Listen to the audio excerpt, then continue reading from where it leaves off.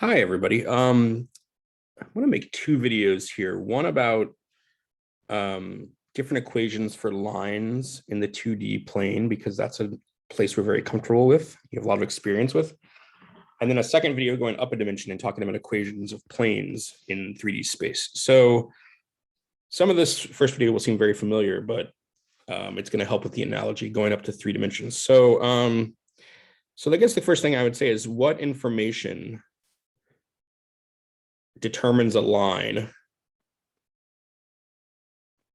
in the plane, right? What kind of information do you need to be able to uniquely determine a specific line? So this just means the 2D Cartesian plane. And there's various answers here, but the first one you probably learn is like slope and intercept, right? Slope and y-intercept. Those are two quantities that determine a line. And so that gives you the y equals mx plus b, right? Where m is the slope and b is the y-intercept. A slightly more sophisticated example is the slope and a point. So point on the line and slope. So here, if this is the point x naught comma y naught, and the slope is m, then in this case, the equation is y minus y naught equals m times x minus x naught, right?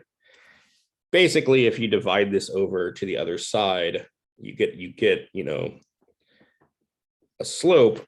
You get m equals this ratio of this divided by this. And so if a point's going to lie on the line, if a point x comma y is going to lie on the line, it has to have the right ratio, the delta y over delta x, right? This is like a delta y right here, and this is a delta x. Okay, so that's the point slope form.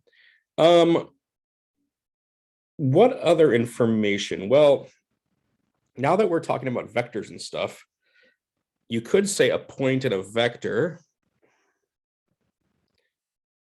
Point on the line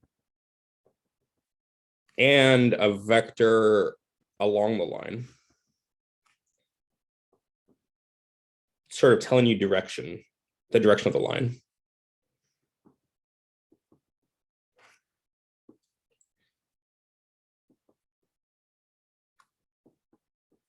Right.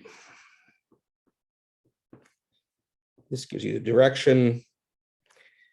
And there's not that much else there, because there's not that much difference between this and the point slope, because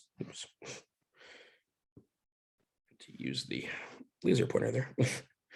Not much difference between that and the point slope, because the vector, if I call that vector v, then that vector really is kind of like the delta x, delta y. So you could recover, right, you could sort of recover the slope by delta y over delta x, and then get back to this form. Okay, so I won't say too much about that, even though we're going to get into vector stuff more and more. But there is another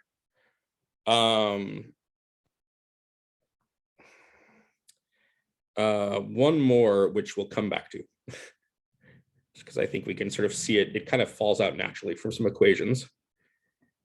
And then it's kind of an interesting idea. And that's going to be an idea that's going to be very useful when you go up to 3 dimensions. So a little bit of mystery, but you might think about what other information you could use to determine a line that might also involve vectors. Okay, now, so you certainly have seen these a million times. But one thing that's always bothered me about these two equations is it misses some lines. let's say that y equals mx plus b, or y minus y naught equals m times x minus x naught, misses there's some lines that don't have these equations. Not every line has a slope, or has a slope in the sense of that we're used to. Namely, vertical lines.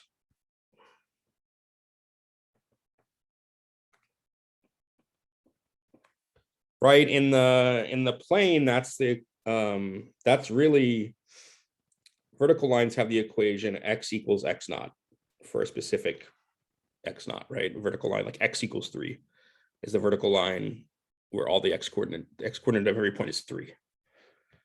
Okay, and so I kind of get annoyed. I mean, I don't really get annoyed, but I get kind of, it suggests that maybe we could be even a little more general.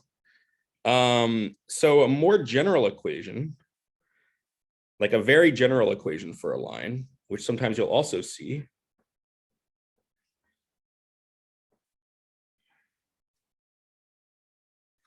or before I say this, let me just back up a second and say one thing about these two examples is that they give y as a function of x, right? So like,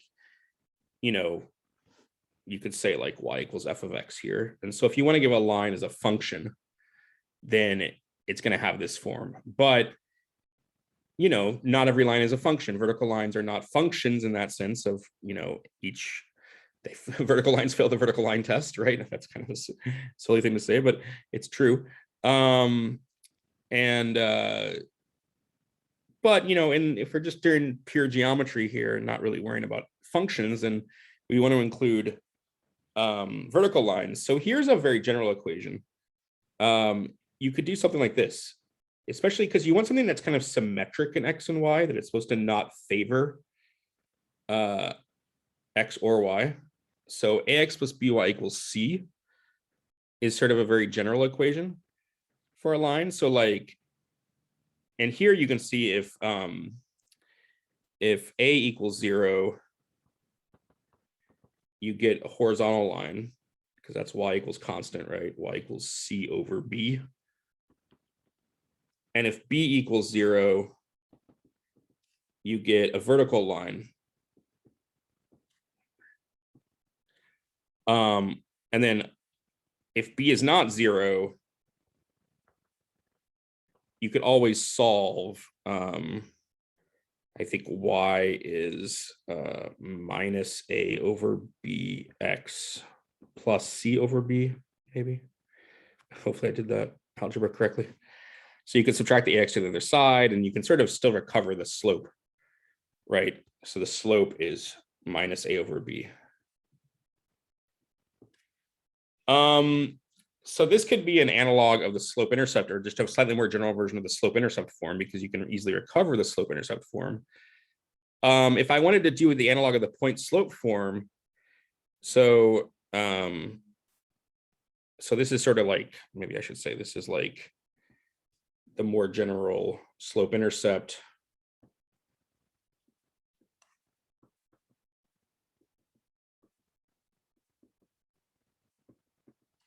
If I wanted a more general point slope that included vertical lines, it's not going to really include a slope, but you could do the following. Instead of using, just like up here, let me go back up to the top. The b, you could always solve this equation. You could sort of expand it out, add the y naught over here, and you could figure out what the b is, right? You could convert this into slope intercept pretty easily. But that's sort of something a little more, slightly more general. Something very similar here you could do is you could say, I'm going to do the following: a times x minus x naught plus b times y minus y naught equals 0. So this goes through the point x naught, y naught, right? Because if I plug in x naught here and y naught here, then everything cancels and you get 0. And so it satisfies the equation. So yeah, so this goes through the point x naught comma y naught.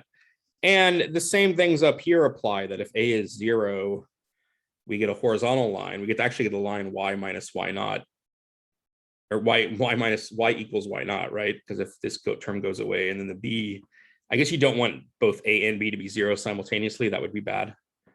I hear it. I guess it wouldn't be bad, but it wouldn't tell you anything because it wouldn't be a line. But so if a is 0, then b is not 0.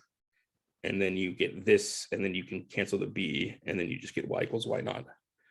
Right. So so that actually tells you, in this some ways this is even nicer because it tells you like what vertical line it is or what horizontal line it is.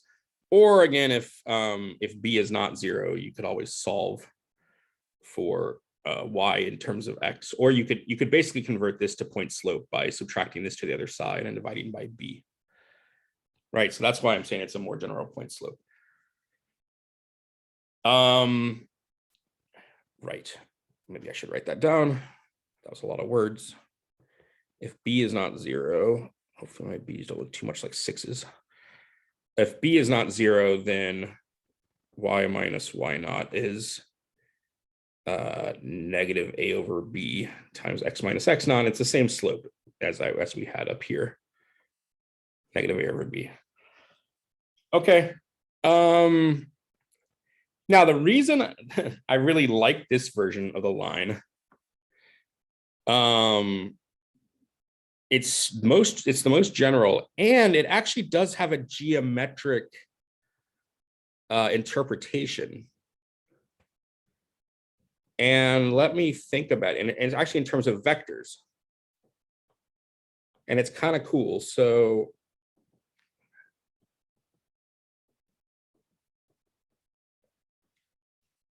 here's the thing. Now that we're used to vectors, and now that we've introduced the dot product, you might start to recognize this equation as a dot product. Recognize a times x minus x naught plus b times y minus y naught equals 0. Recognize like it's the left-hand side. Yeah, I guess I shouldn't say the whole equation, just the left-hand side as a dot product of two vectors. That's kind of the exciting thing that happens here. And if you do this, think about what I mean. Well, what do I mean? Well, this is something times something plus something times something, right? And we've seen if you dot product 2D vectors together, that's what you get. And so if we actually factor it, we can almost like factor this as a dot product. This is really the same thing as, I'll just use this angle bracket notation. It's the vector a comma b dotted with the vector x minus x naught comma y minus y naught. And we're saying that equals 0. Okay, that's what the equation says. So this is some vector. I mean, this first thing is some vector, which I'm going to call n, sort of leading you in the direction of where this is going. Let's call this n.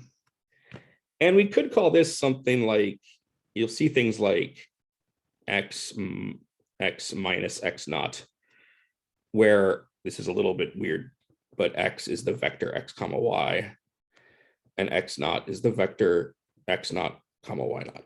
So you'll see something like that written sometimes. I know I'm using x as a stand-in, but x vector means both coordinates x and y. It's just a standard way to write this stuff. Okay, but let's actually, maybe we should do an example. Like, what if I had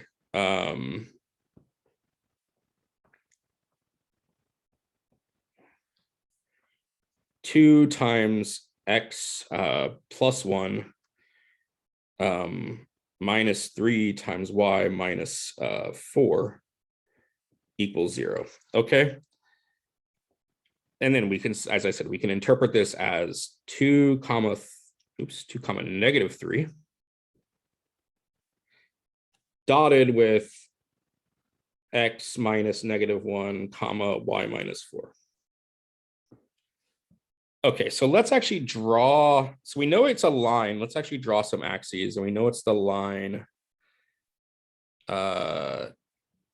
through. It's too far over, isn't it? I wanted to go through the point -1, 4. Oh, that's okay, actually.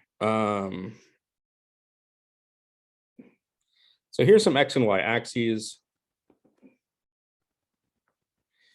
Here is the point. Here's a point -1, 4. -1, 4 is this point right here. And oh, I did draw this poorly, didn't I? What am I doing? Sorry. Yeah, I'm being dumb. I don't know. Sorry, I just made numbers up. Let me draw this a little differently. I think this line is going to be, if I'm going to draw the line that's here. Sorry, everyone. Oh, it's supposed to draw straight lines when I hold it in place. There you go, straight line. It's a little bit tilted actually, but let me draw it like this. Okay, so here's again the point -1, 4. Let me just put it like here. Let's make the scale a little bigger. And then I claim that this line's actually gonna be, if you actually started finding points on this line, I claim that the line is about like this or something like that. Yeah.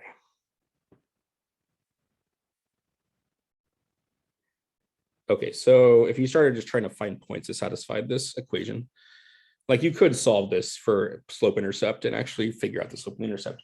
But I want to try to figure something out. So like, okay, this is the point, like I said, this was the point -1, 4. Here's another point, x, y, that's on the line. This vector right here, this one, is a vector along the line, I claim, right? It's actually the vector from -1, 4 to x, y. We've seen that as displacement vectors, as the difference between 2 points, right? So that's what this vector is right here. And I dropped my =0 up here. And so we're saying that dot product, and we call this vector n. We said the dot product is 0, which means this vector right here is perpendicular to this purple vector. And actually, if I draw a vector perpendicular to the purple vector, oops.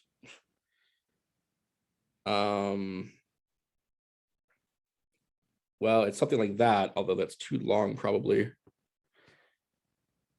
Not drawing this that well, but this is your n right here, and it actually is plausibly like over 2 down 3, which is what this vector is, plus, over 2 down 3. That's sort of what we're doing here. And so in fact, this n is actually normal. It's normal to the line. It's perpendicular. This is called a normal vector.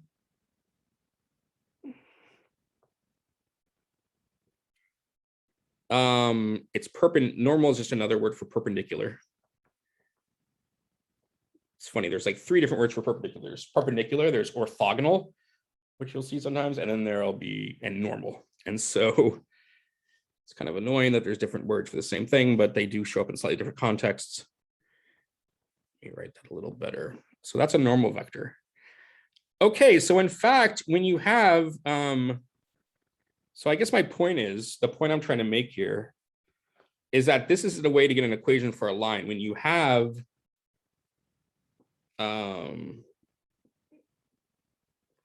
ax plus by equals c, or a times x minus x naught plus b times y minus y naught equals 0, the vector a comma b, made up of the coefficients of x and y, is perpendicular, remember this is called normal,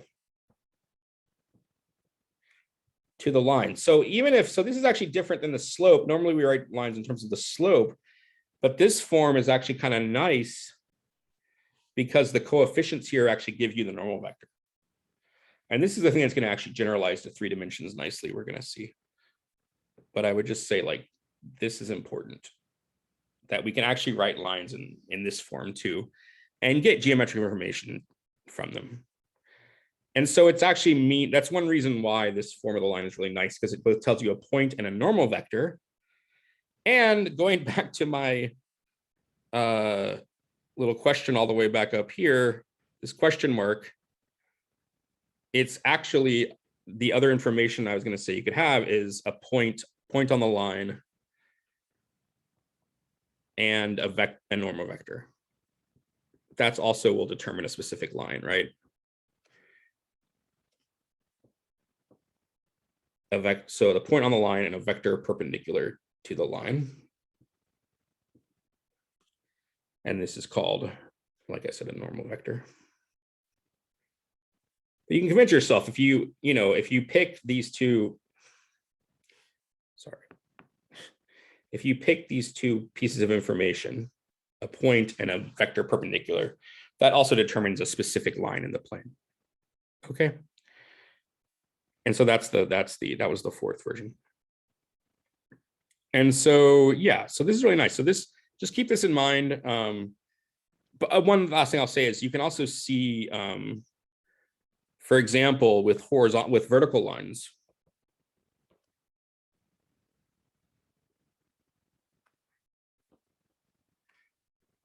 x equals x naught, you can rewrite that. If I subtract the x naught to the other side as x minus x naught equals 0, and if I really want to, capture this, I could write this totally generally as 1 times x minus x naught plus 0 times y minus y naught equals 0. And then there you go. The normal vector is 1, 0, which makes sense, right? If you have a line that's vertical, make a line notability. If that's your vertical line, then your normal vector is exactly in the 1, 0 direction, the I direction. So your normal vector is I. Okay, so that actually fits everything also. And you can try other examples to see that, to make sure that the actual, those really do make a vector that's normal to the line, those coefficients A and B. Okay, so next I'll go up to 3 dimensions, but I will stop there.